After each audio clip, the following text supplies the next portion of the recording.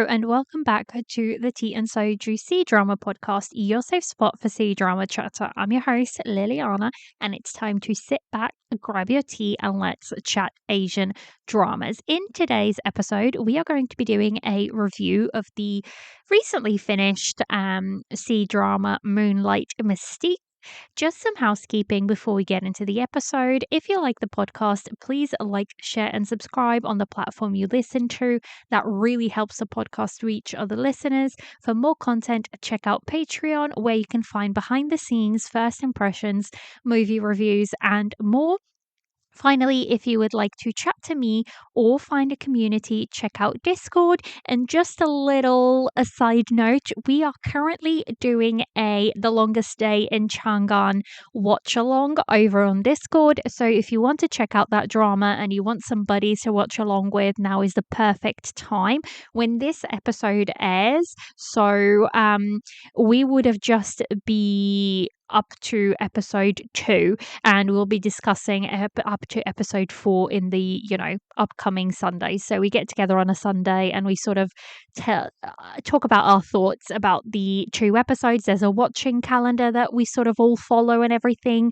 So if you're interested in that, check out Discord. But if you're not, if you like to check out other socials, Instagram and other socials, the link is all in the episode notes for that.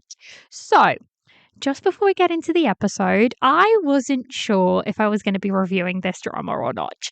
And you guys know, this was one of the dramas that I was most excited about. And I've just talked about this so I released a Patreon special, and it's called 2025 Drama and Podcast Resolutions. And one of the resolutions that I talked about was I wanted to do more reviews, and I wanted to do more reviews of dramas that I just liked. I didn't love them, but I just liked. And I wanted to talk about why that is. Why did I just like them? What were the reasons for all of that?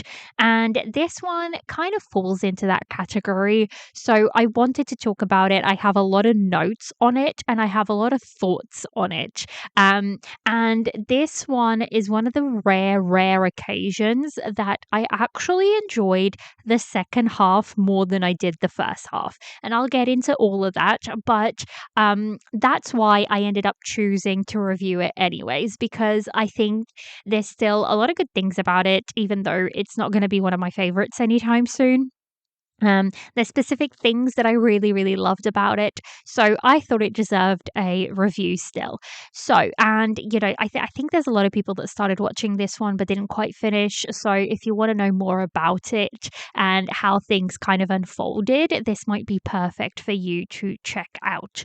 So, just before we get into all of the things Moonlight Mystique, I am just gonna say what I'm gonna be sipping on today. So, the tea of choice for the Moonlight Mystique review is I am drinking a dragon fruit and pineapple oolong drink. It feels very tropical. It's very tasty. It's one of my favorites, and it was a special edition that Wittard, which is like a tea company in the UK, did last summer, so summer of 2024. I hope they bring it back in 2025. I don't know if they will, because I really enjoy it and I'm like down to the last bits of it. But it's very tasty, and that's what I'm going to be sipping on to, cool down my throat and hopefully not cool down, warm up my throat, and hopefully we can get through this episode. My voice is slightly better. We're on the right path. We're still not quite there yet all the way, but I feel like we're on the right path. So that's all the housekeeping. That is everything out of the way, and I think we're just gonna get into the review now. So the MDL description reads, Bai Shu, the youngest daughter of the governor's mansion, made a vow to cultivate immortality to repay a favor. While on her journey to seek immortality, she encounters the powerful demon king, master of the Bright Moon Palace, Fan Yu.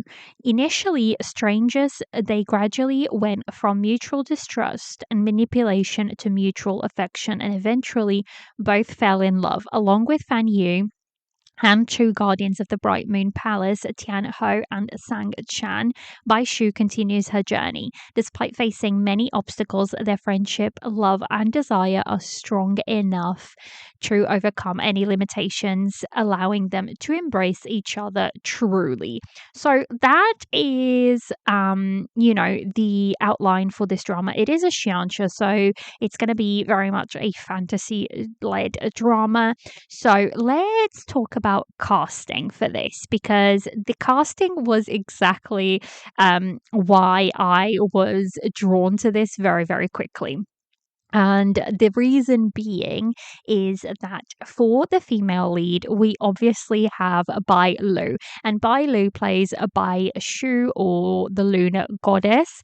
And you guys know I'm a very, very big Bai Lu fan. I was always going to check this drama out. If Bai Lu is in something, I tend to check it out.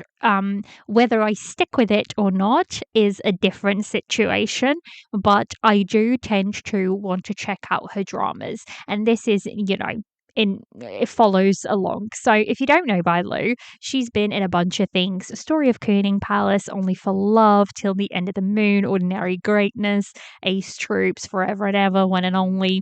She has been around. Arsenal Military Academy. So she's done quite a lot of dramas, and yes, you can probably say she is absolutely one of my favorite actresses. I just really, really, really enjoy Bai Lu and her dramas. So Bai Lu, it plays Bai Shu, or Xing Yu, and she voices herself in this drama. It is very rare. I say that Bai Lu does tend to voice her own characters, and this drama is no different. So for our male lead, we have our Ruipeng, and he plays Fan Yu, or he plays Jing Yuan. Now, he is voiced by somebody, and that actor is, or that voice actor is, Zhang Fu Zhang. So Zhang Fu Zhang has done a bunch of other characters. He has done, so he's voiced Sing Kong Chang Fang in Dashing Youth. He has done Sword and Fairy. He has done Love Forever Young, The Legend of Anle, The Longest Promise, Divine Destiny, and a bunch of other things. So he seems to be a very, very, very prolific dubbing voice actor. So that's who dubbed our Ruipeng. I believe, I'm just going to double check, everybody bar Bai Lu is dubbed in this drama.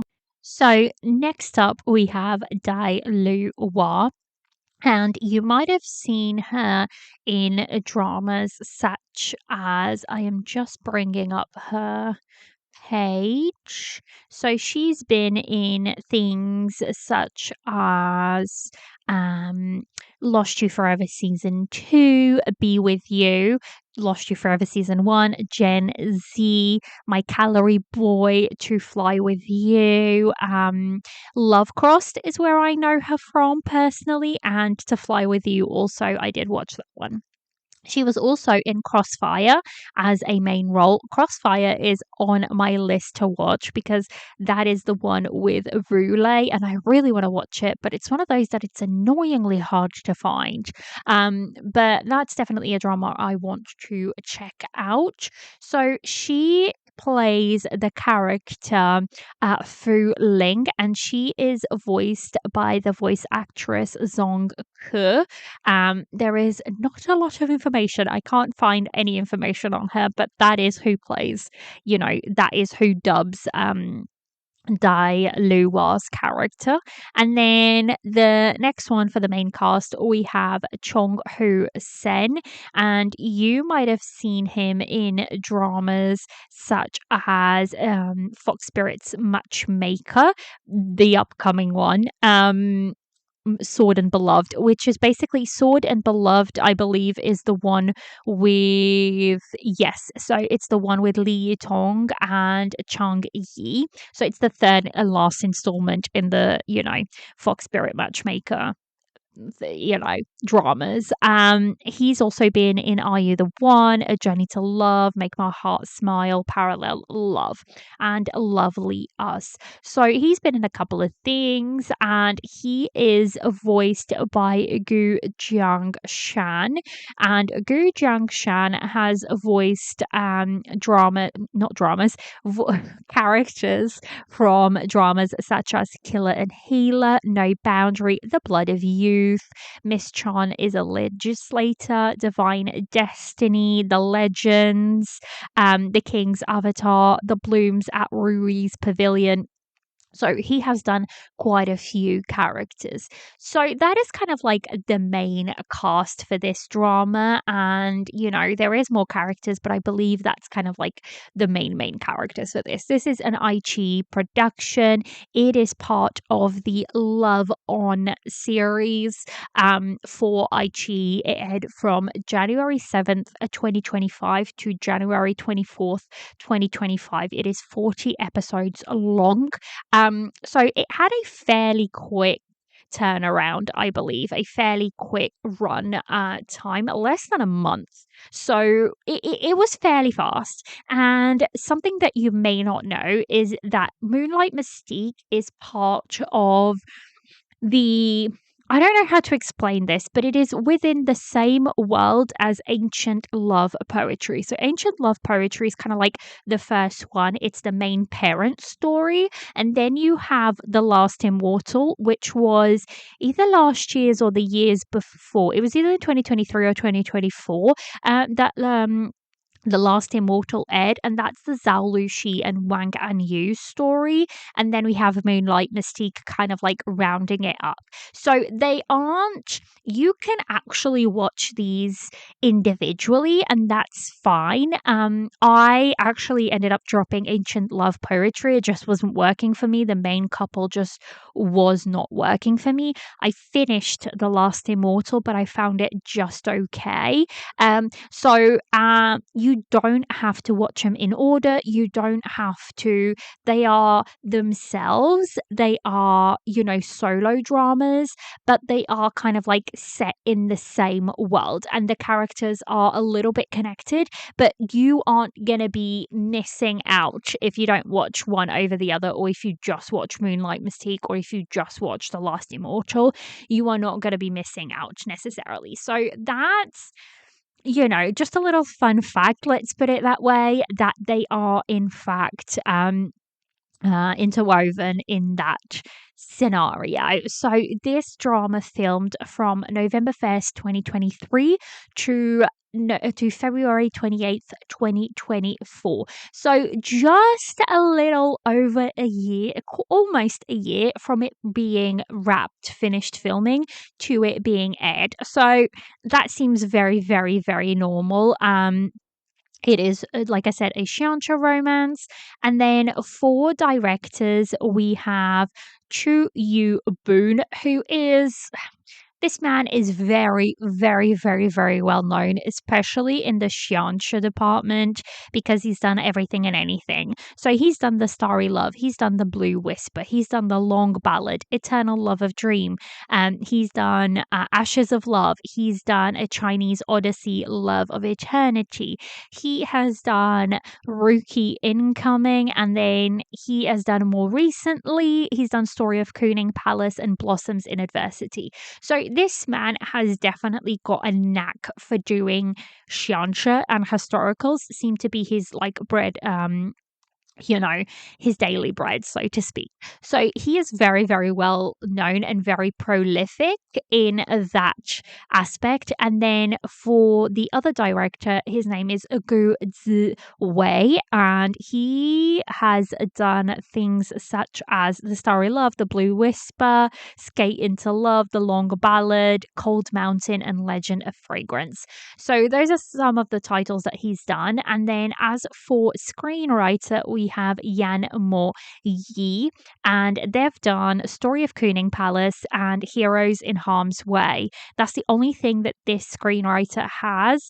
Now, I will say I was very shocked because I did not believe that the same person that wrote Story of Queen and Palace, that I absolutely adored, also wrote Moonlight Mystique, which I liked. Don't get me wrong, I really did like Moonlight Mystique, but I didn't love it. And one of the main reasons was the writing.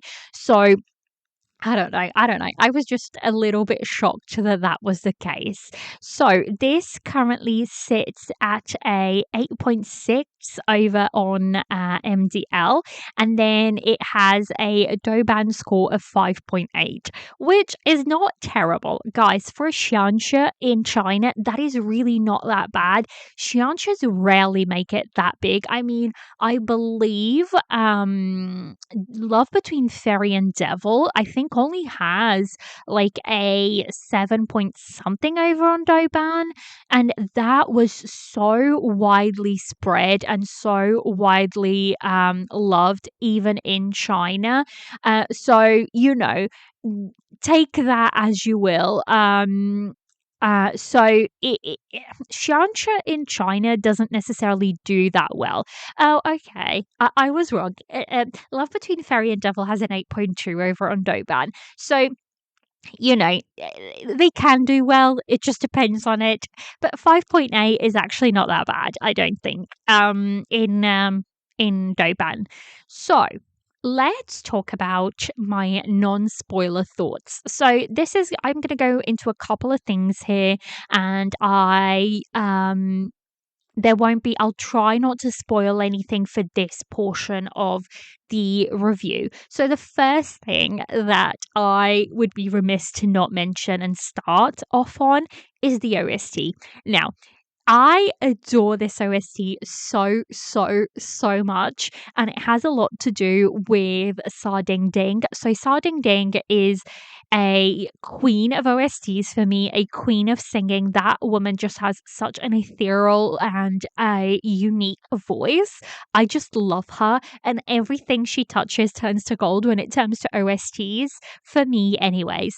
Her song in this drama is called Flowers Fall Without Trace. That is the oh my goodness, the translation of the title. And to me, it's one of my favorite OSTs. It's been on replay constantly, and I got this from Reddit, and it's by the poster Asexual but Romantic, and it's in the C Dramas fans Reddit, and they posted an English interpretation of song Flowers Fall Without Trace by Sa Ding Ding from Moonlight Mystique, and they translated the song verse by verse, but they also put the interpretation of the lyric, because there is a literal translation, and a literal translation to us can sometimes not really make sense. And then they have actually gone in and put in a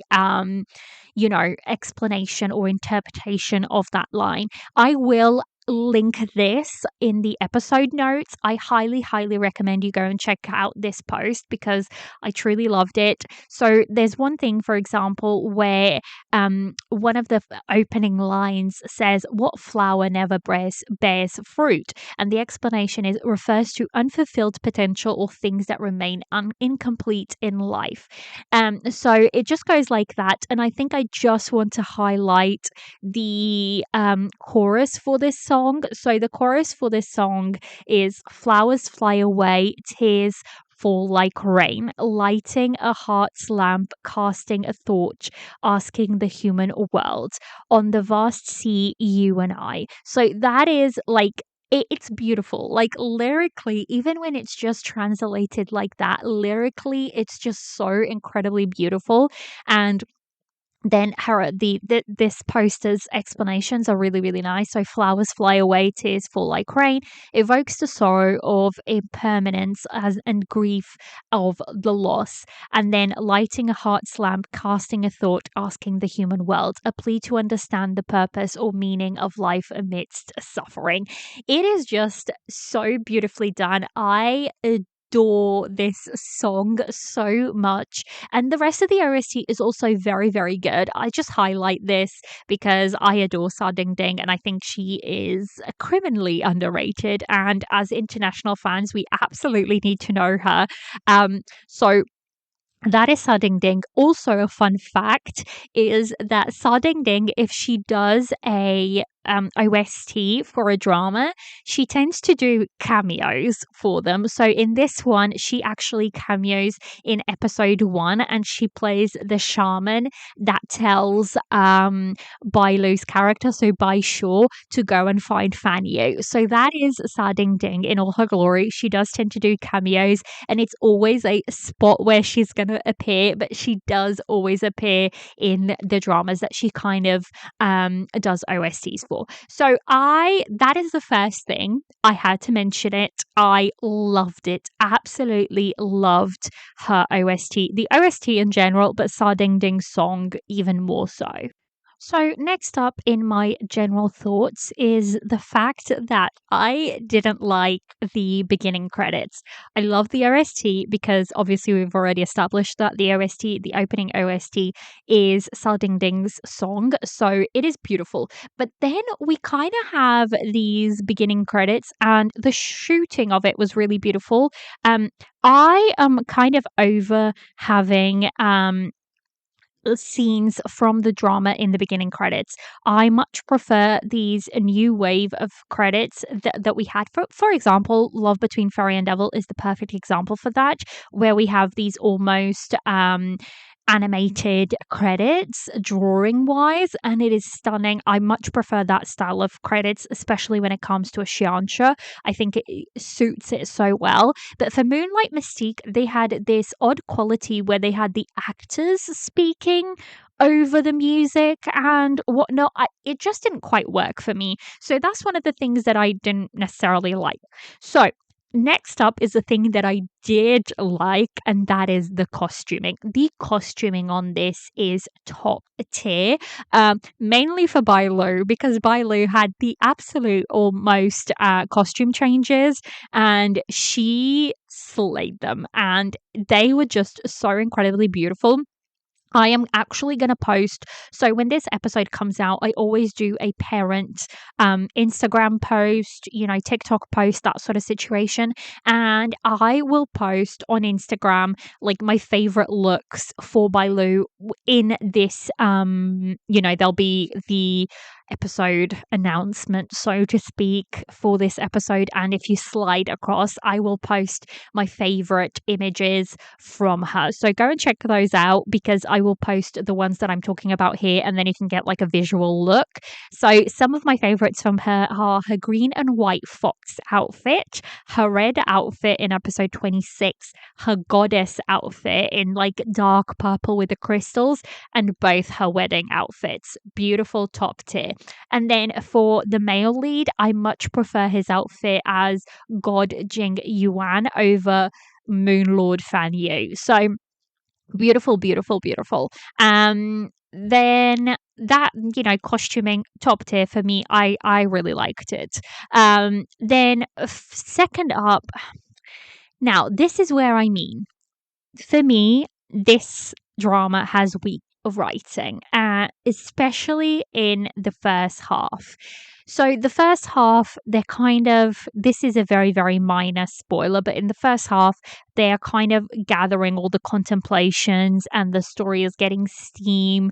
And I liked that we were seeing everybody story a little bit. So the side characters, we were seeing their story, and I enjoyed that aspect of it. Now, what I didn't enjoy, for me personally, it took far too long for the story to set up, and I wish there was more time spent on a story in the second half rather than in the front half of the drama. There is no way for me to explain this without spoiling it, so I will go into more detail in the spoiler section. But, I think for the first half, it's Bai Lu's drama through and through. She owns the set, she owns the scenes.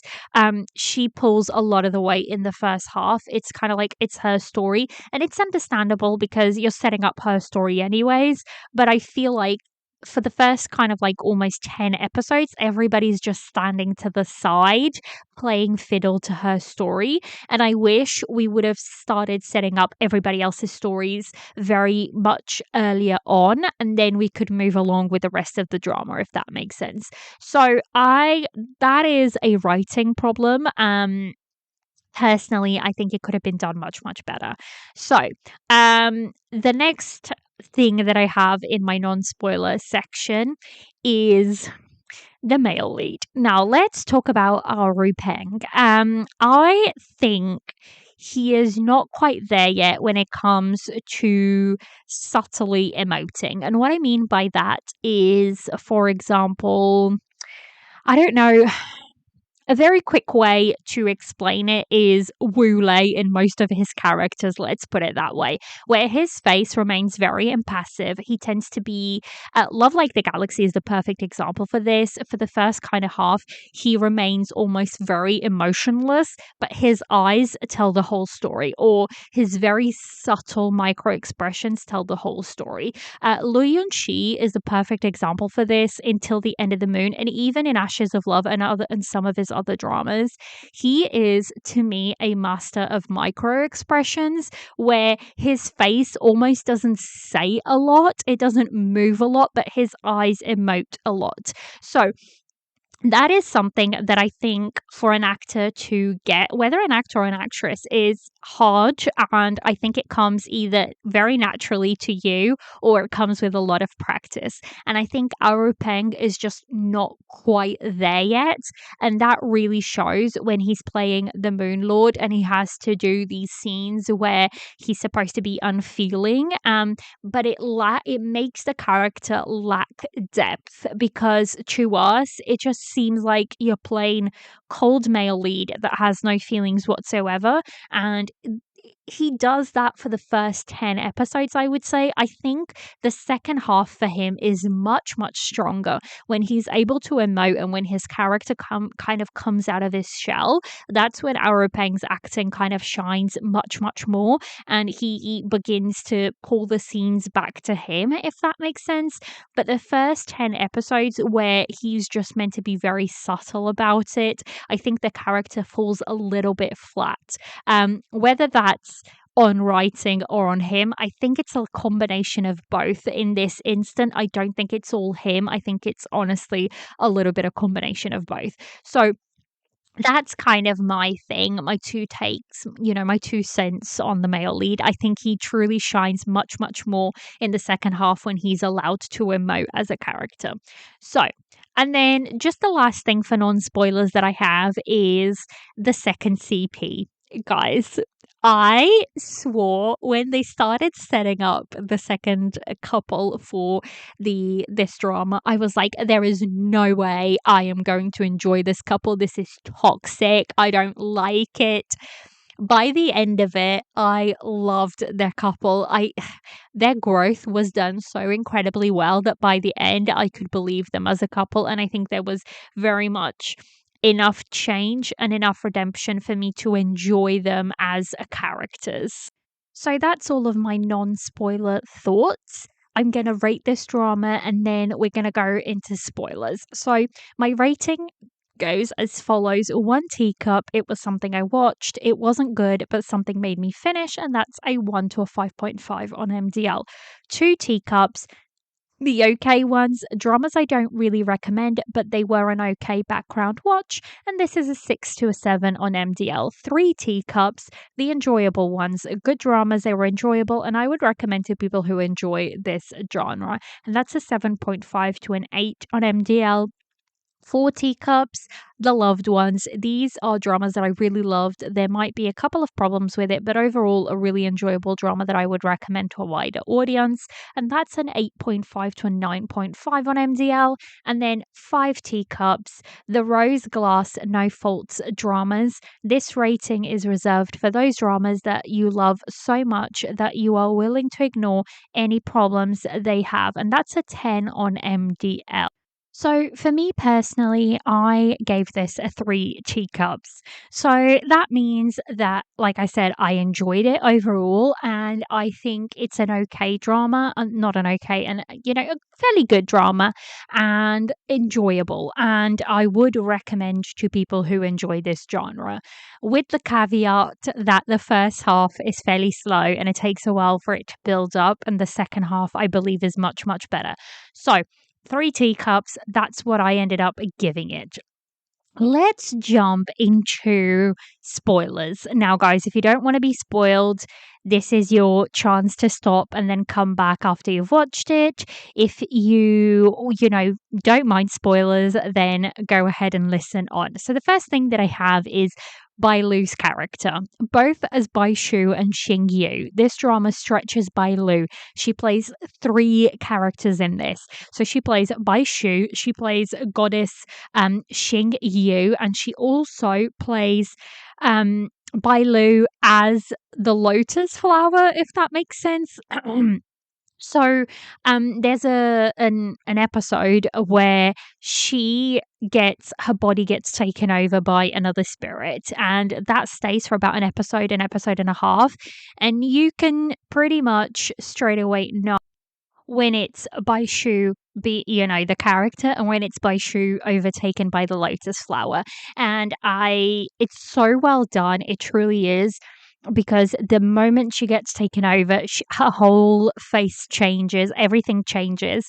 And I think it was done so, so incredibly well.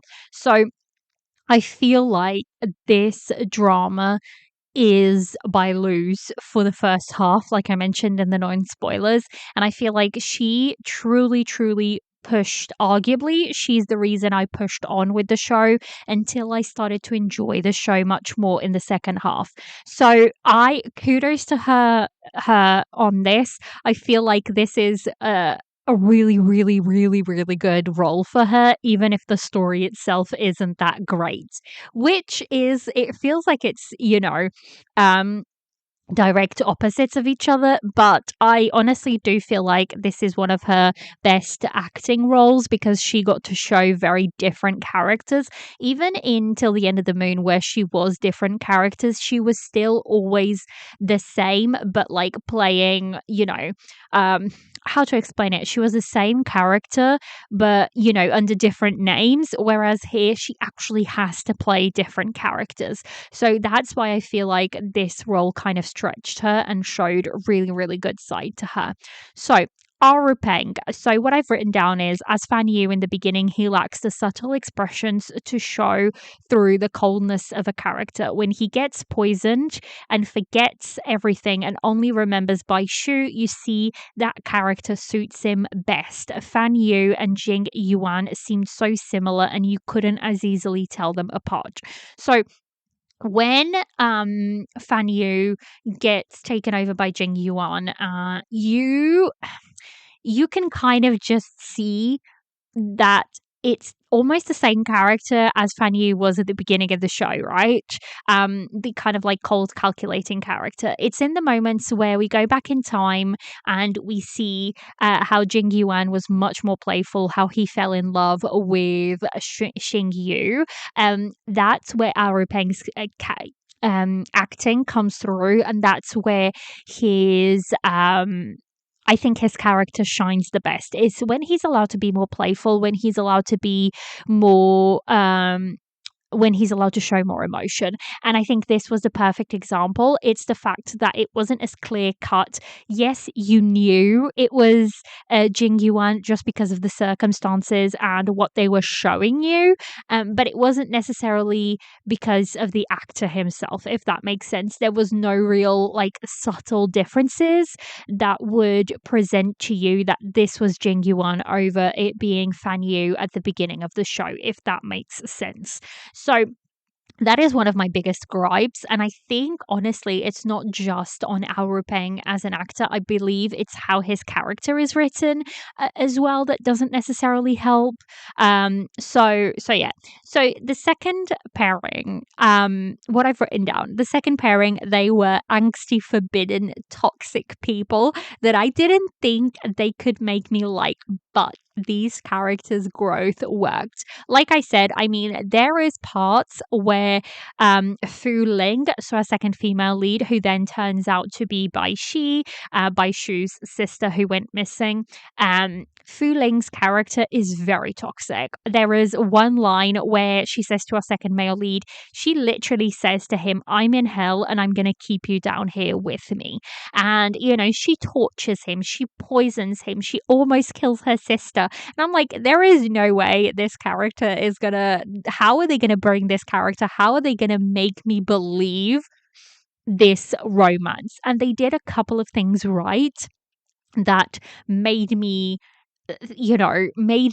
believe their romance. One of the things was the fact that he confessed to her and he confessed to himself that he liked her before he found out that she was Bai Shi. That was very, very important because I wouldn't have liked it if it had happened afterwards, if he had said that he liked her afterwards, because I feel like then he would have been liking her because she was Bai Shi and not necessarily because he was forgiving her for being Fu Ling. Once you get into her story and to why she's the way she is, it's everything she has been taught. And I feel like they kind of touch on the nature versus nurture situation. It's the fact that she was not born inherently bad. She was born in a loving family, and for the first, I don't know how long it was, but 10 years, 12 years of her life, she was very loving. She was such the caretaker to Bai Shu.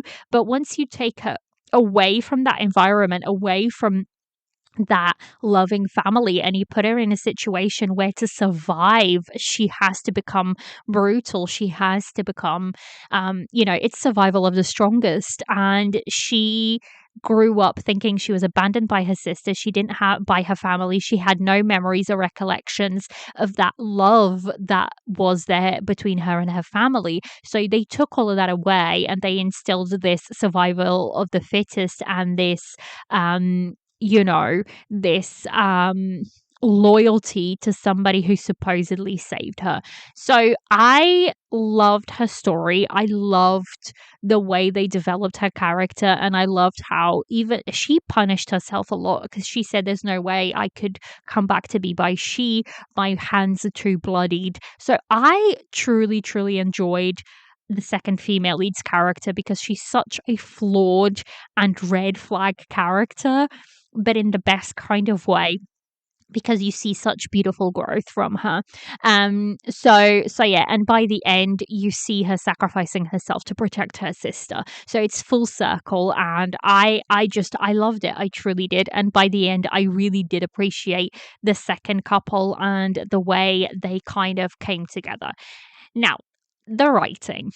I don't even know where to start because I feel like once the angst kicks in, the show gets really good, right? When we get to see everybody's in danger, that's when I truly, truly start to enjoy this show a lot more. But the first half, like I said, it feels like it's disconnected because we're just going from contemplation to contemplation. And yes, they're kind of sowing the seeds in, but I feel like we took too long on the setup. I wish we would have gotten the setup out of the way much quicker, and I wish we would have spent honestly more time with Xingyu and Jingyuan because I love their story, but I felt like their story just told over 2 episodes was a little bit rushed. I wish we would have had more of their story because I felt like their story was so good. For example, like we had in Till the End of the Moon, where we had that dream place, and that was like a good 10 episodes. And I know a lot of people don't like that dream part of it, but I wish we would have known more about Jingyuan and Xingyu's characters, and I wish we would have stretched that out for a couple more episodes, and we would have in the front half kind of cut down on the setup. I feel like the setup takes too long, and that's going to divert people away from the drama. They're not going to want to put that much effort into it if it's going to take that long to set up.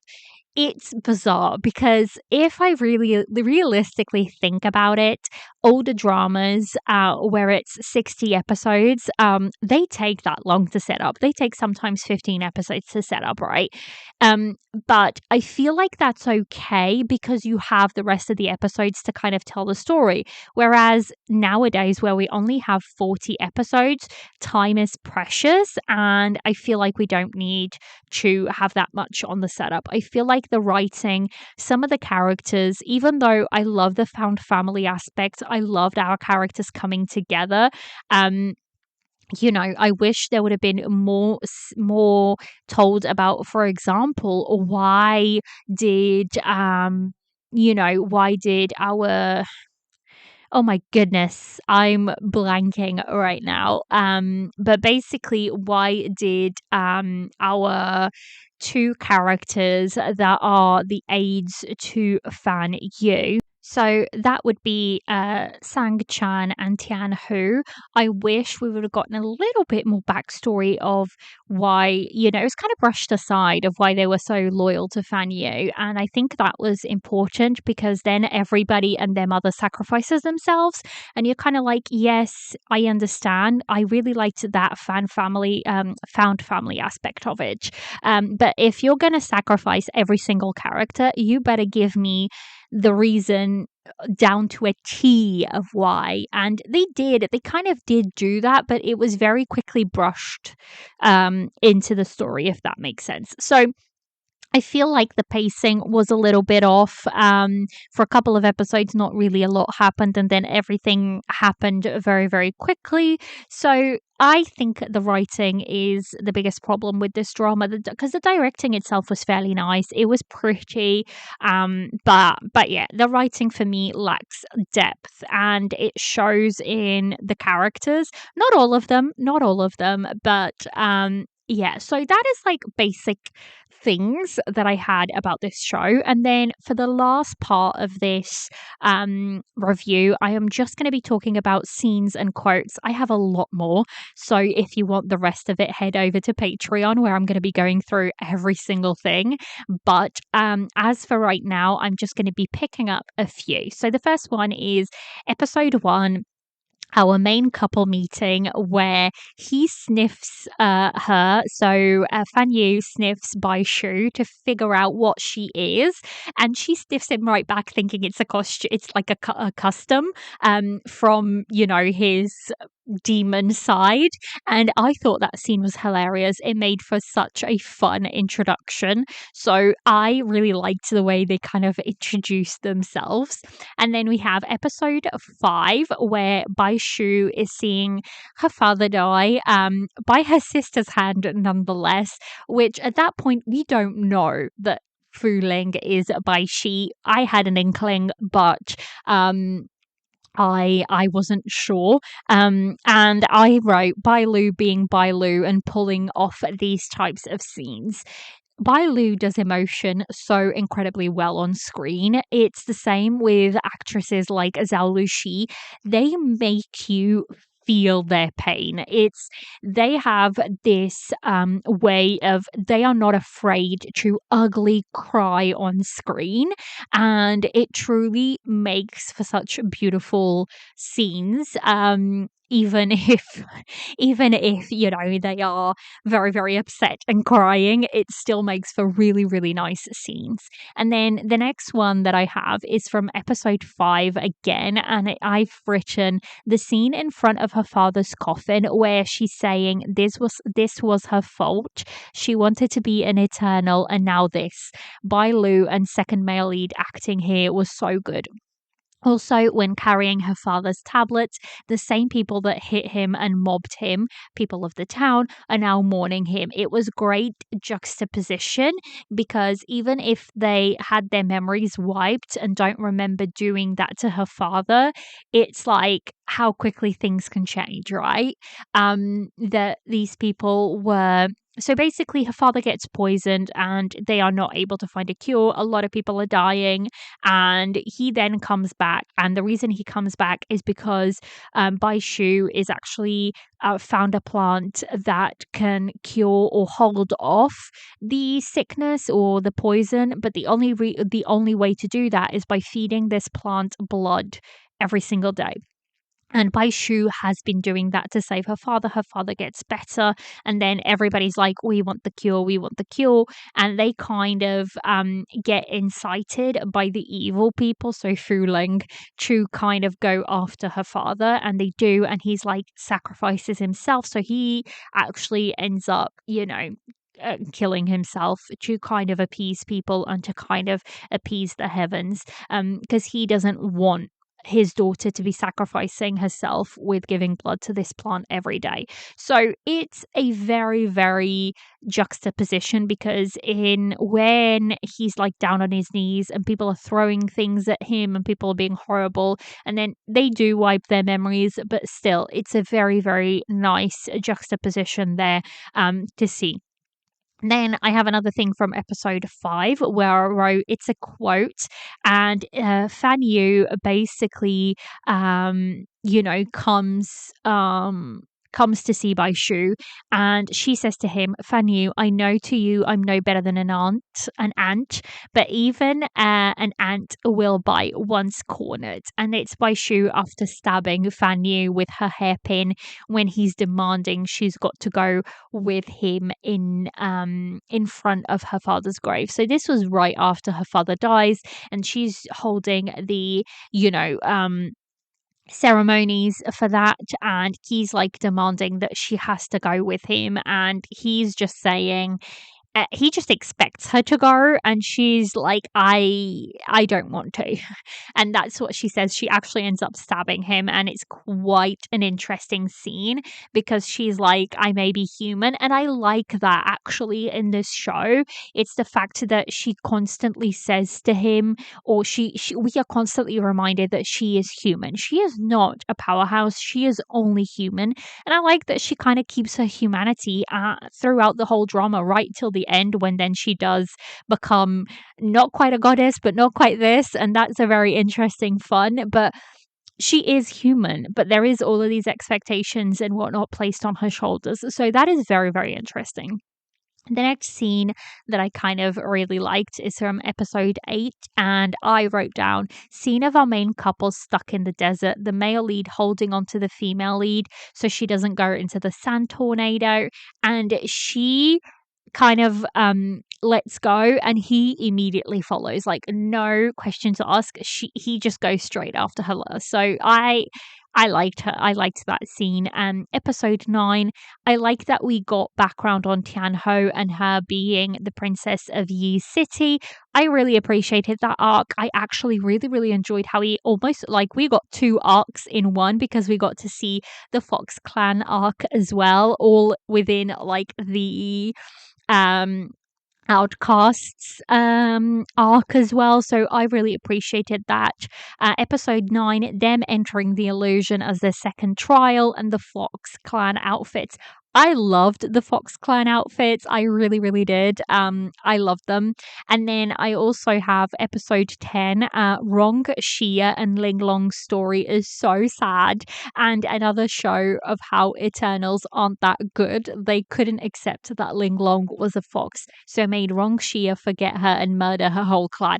I just need to take a minute, because I want this drama. Like, I want this full drama right now, please and thank you.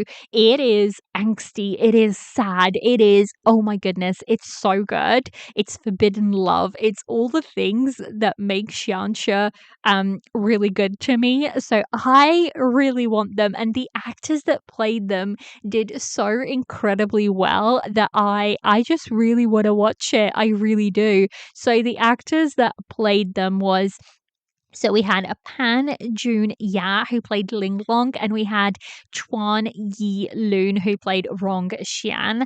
And like I said, I want a spin-off with their story. Because I feel like that could definitely be arranged. Even though I know I would have a very, very broken heart, I would still want to watch it. I really, really liked it. Episode 11, I put not Fan Yu forgetting everything and becoming lovesick for Bai Shu and her having to pretend learn and having to pretend learn from her how to act so no one knows he doesn't remember everything. I think this was like the comedy relief that we needed in the show after such like a heavy a heavy arc from the, Fox clan, so to speak.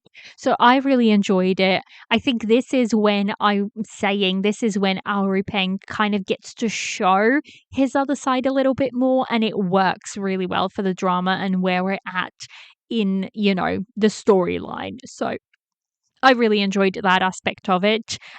Episode 14, there's a quote, and this is a quote that I mentioned a little bit earlier on, and it's Fu Ling to Chong Zhao, and it says, "Since I'm in hell, you might as well join me, Chong Zhao." And I said, Fu Ling and Chong Zhao are so toxic, but it'll be interesting to see where it goes. See what I mean? Throughout, like, as soon as these two got like put into the same scenes, and she kidnapped him to take her to, these Cold Spring Palace.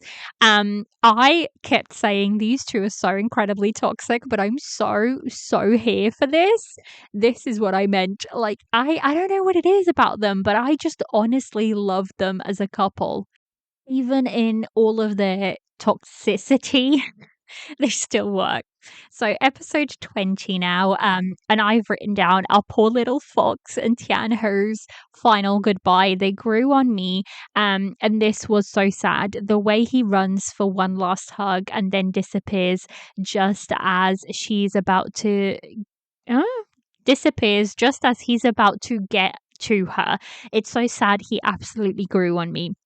So Little Fox character, so Mi Ju, who's played by Cheng Hong Shin, just has this very, I don't know, very young soul, and he kind of grows in you as a character. And when it comes to do the right thing, he truly does. He sacrifices himself. And this is the start, guys. This is the start of the pattern, because everybody and their mother sacrifices themselves in this drama. And then you get to the end, and it's just like, who the heck is even left standing at this point? So, um, this, is kind of like that start. And I liked it, almost seemed like at the beginning Tian Ho and Mi Ju were never going to work as a couple because they were so different. But they kind of grew on me again. And this drama has this ability to do that, where the characters just kind of grow on me, even though I may not necessarily like them at the beginning. So Miju was that kind of character. I think he truly grew on me, and it was so sad to see him just disappear right before he gets to Tianhu. So it was beautifully heartbreaking. Episode 20, again, I have Bai Shu receiving the water stone from Miju, and our male lead saying, "This is Miju's love," and, the flowers surrounding Bai Shu to restore her, and then her seeing the memory pearl that Miju left for her. So it was beautiful because their friendship was so nice, and I think Bai Shu really, really felt very guilty that he had to sacrifice himself to kind of like save her, and save the forest as a whole. So I actually kind of liked the Fox clan story a lot, both the part where we got to see Rongxian and Linglong's story, and then in the future where we kind of get to see their son and their, his aunt and all of that story. So I enjoyed it overall. Then episode 21, I have I Bai Shu greet you, and it's Bai Shu going into the hall of Fan Yu clan's members' plaques and greeting them. And I said this scene shows how far they've come from the first time she was here, where, in the first time she kind of sneaks into that plaques room and he kicks her out because she doesn't know what it is or anything like that. And then in this scene, he takes her there, and it just shows like how much their relationship has grown, and he willingly wants to share this part of her life, of his life, with her. So I really enjoyed that scene as a whole.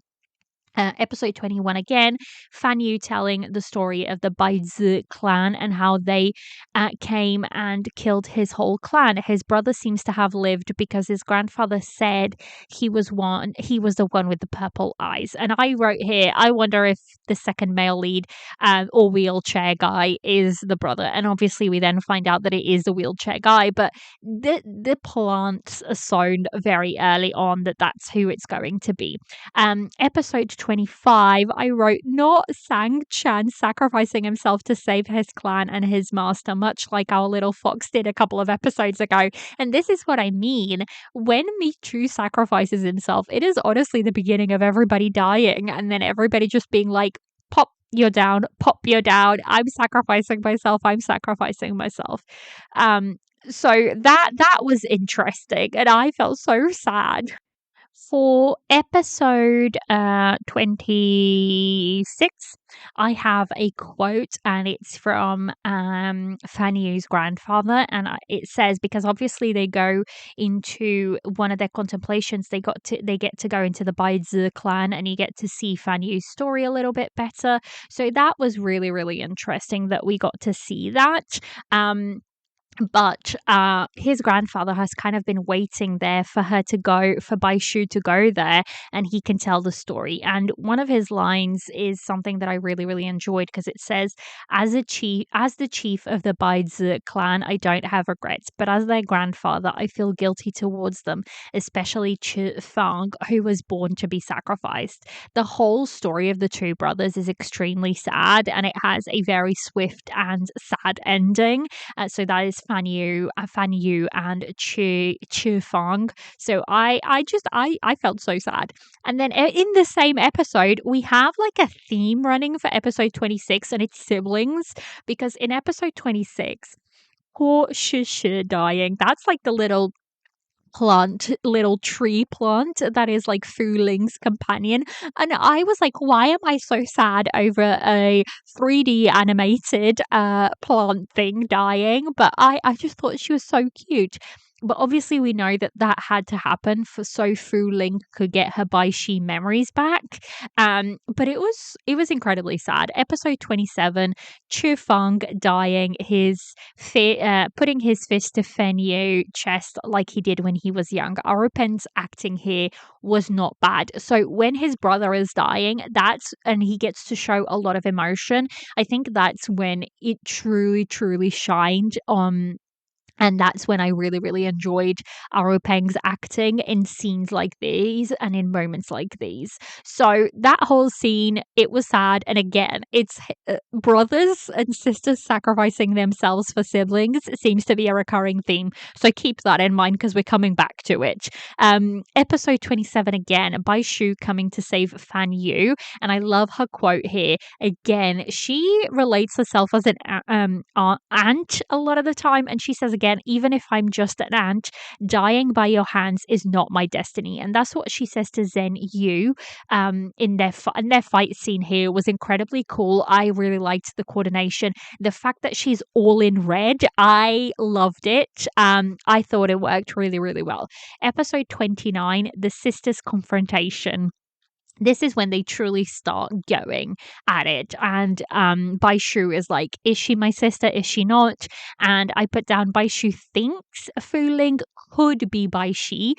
Fu Ling denies. Of course, someone like you with so much blood on your hands could never be my Bai Shi.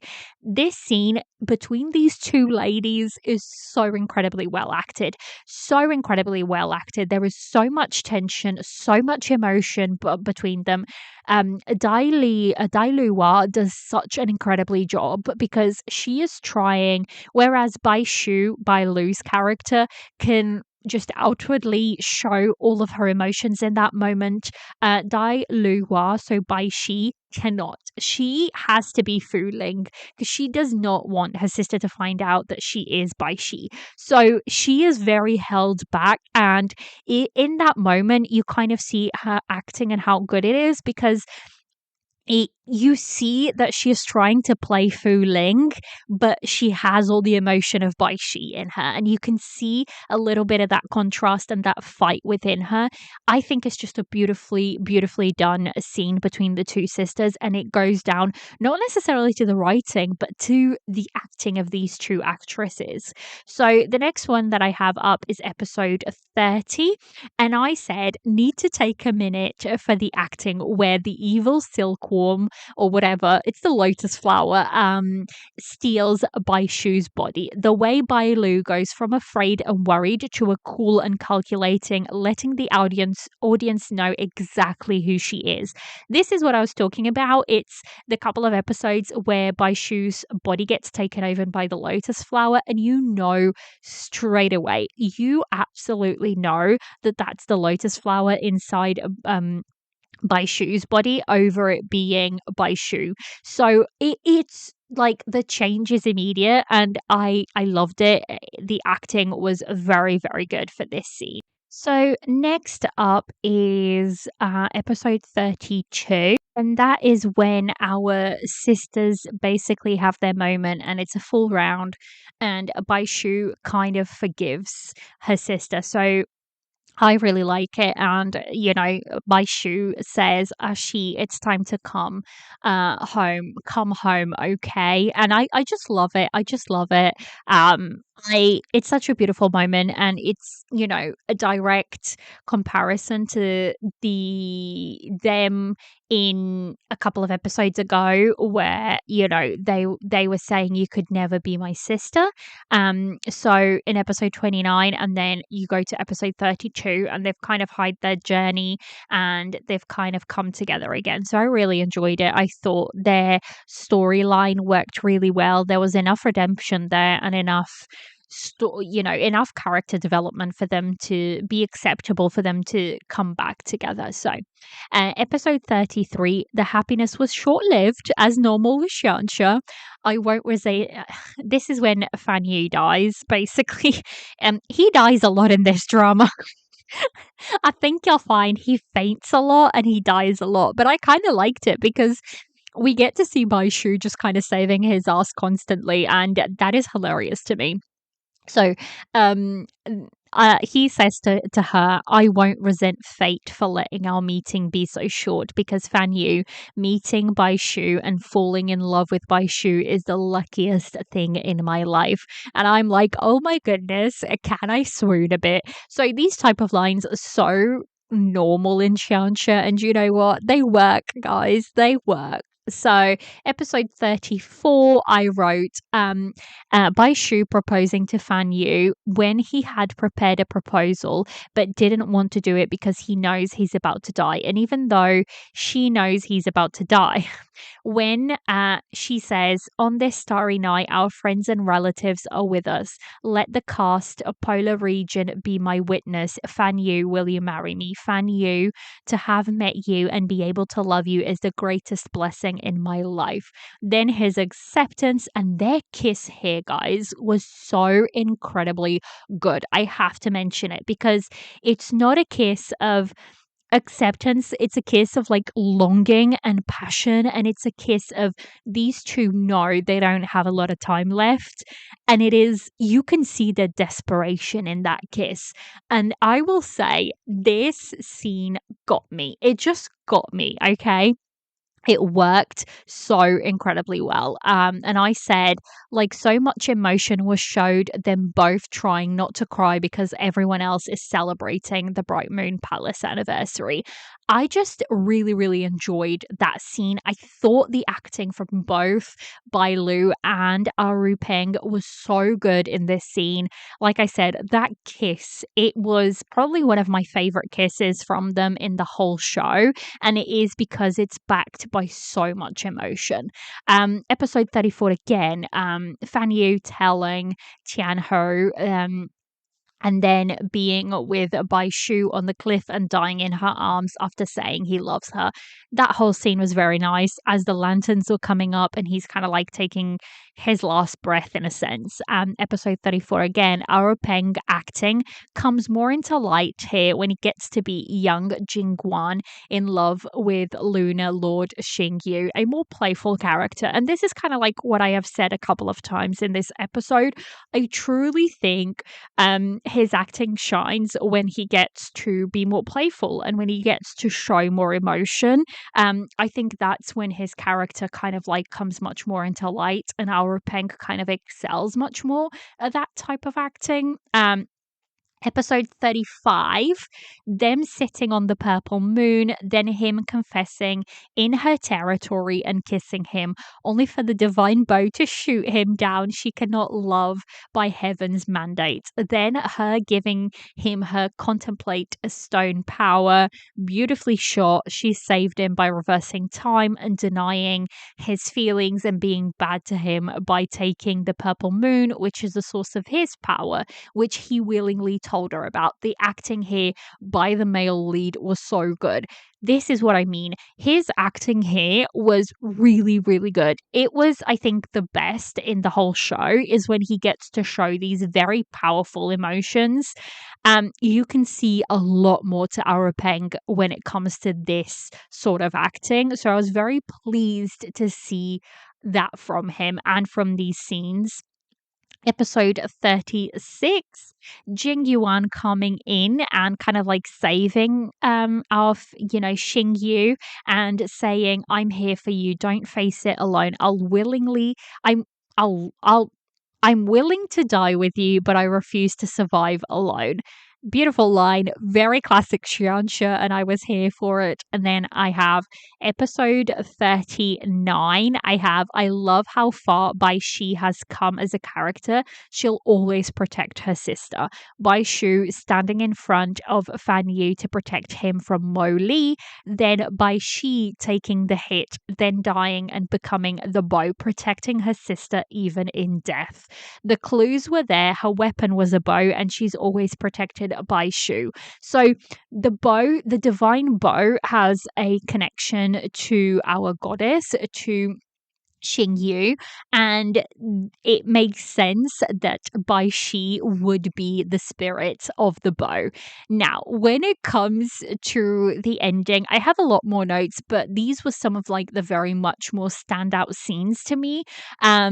Where the show really shined, and these are the scenes that made me get to the end and think I actually did enjoy this show. It's not a show that is going to go up in my favorites, but it's a show that I liked and I overall enjoyed it. Like I said, I had a couple of problems with the pacing and the writing, but even with those, I still very much enjoyed it. And I think that overall, if you enjoy xianxia and you can agree to let go a little bit of you want really good writing, then you probably will enjoy Moonlight Mystique. The costuming is great.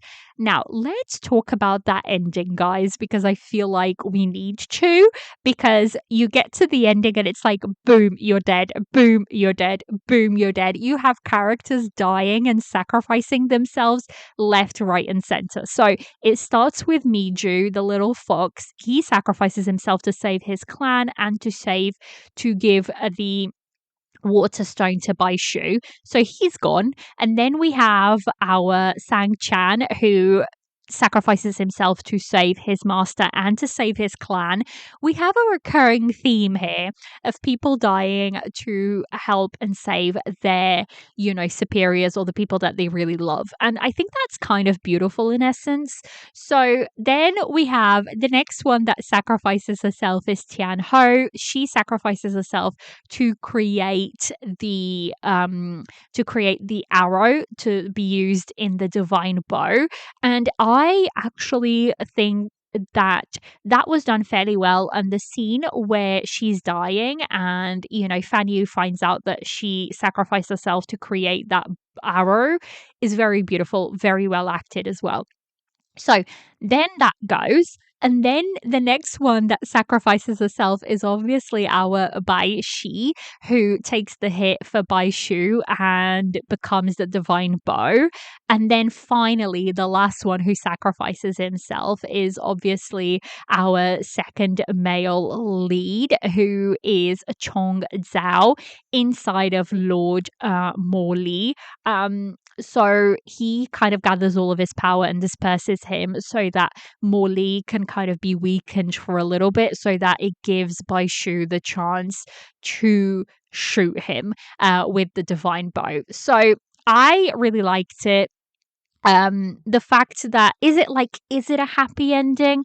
I think so, because Fan Yu does come back, and they tell Bai Shu that all of these people are going to be reincarnated. They've gathered enough karma and enough, they died heroes. They died sacrificing themselves for the greater good, and because of that they will all be reincarnated. So they are all coming back, and their threads of life and threads of love are all intertwined, so they will all be brought back together.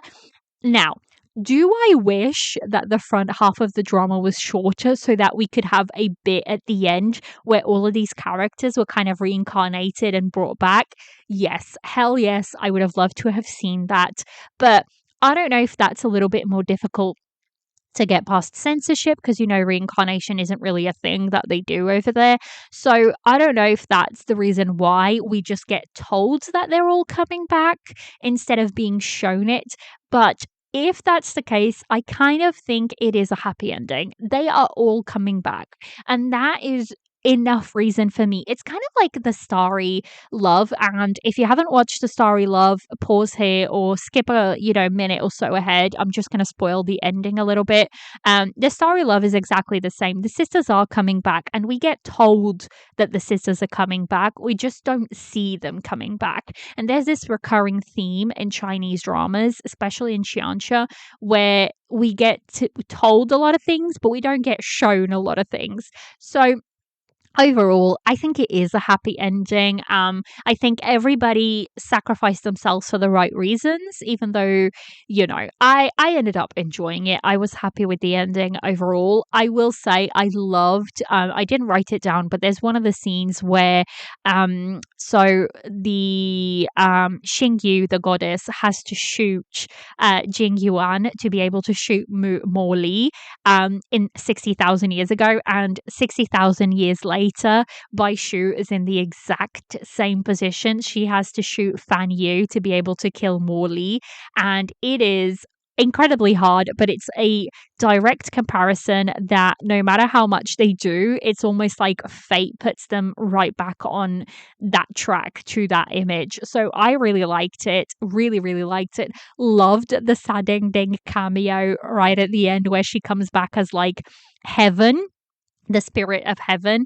and that's when she tells Bai Shu that everybody's coming back and that they've gathered enough karma and whatnot to come back. So that is it. I overall, like I said, enjoyed this drama. I think it's lacking in certain areas, and that's why it's not going to be like an all-time favorite.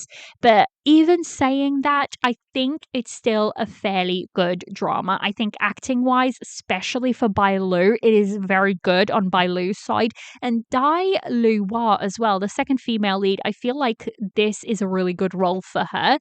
The male leads, especially our Ruipeng in the first half, kind of let it down a little bit, but I'm all here for like the ladies taking center stage. So overall, it's a fairly good drama. I think you will enjoy it if you tend to enjoy xianxia in general. If you're not used to like much better storylines, I think you will probably think this is really good. So that is my thoughts. That is my review for this one. I hope you guys have enjoyed it. If you watched it, let me know in the comments what you thought.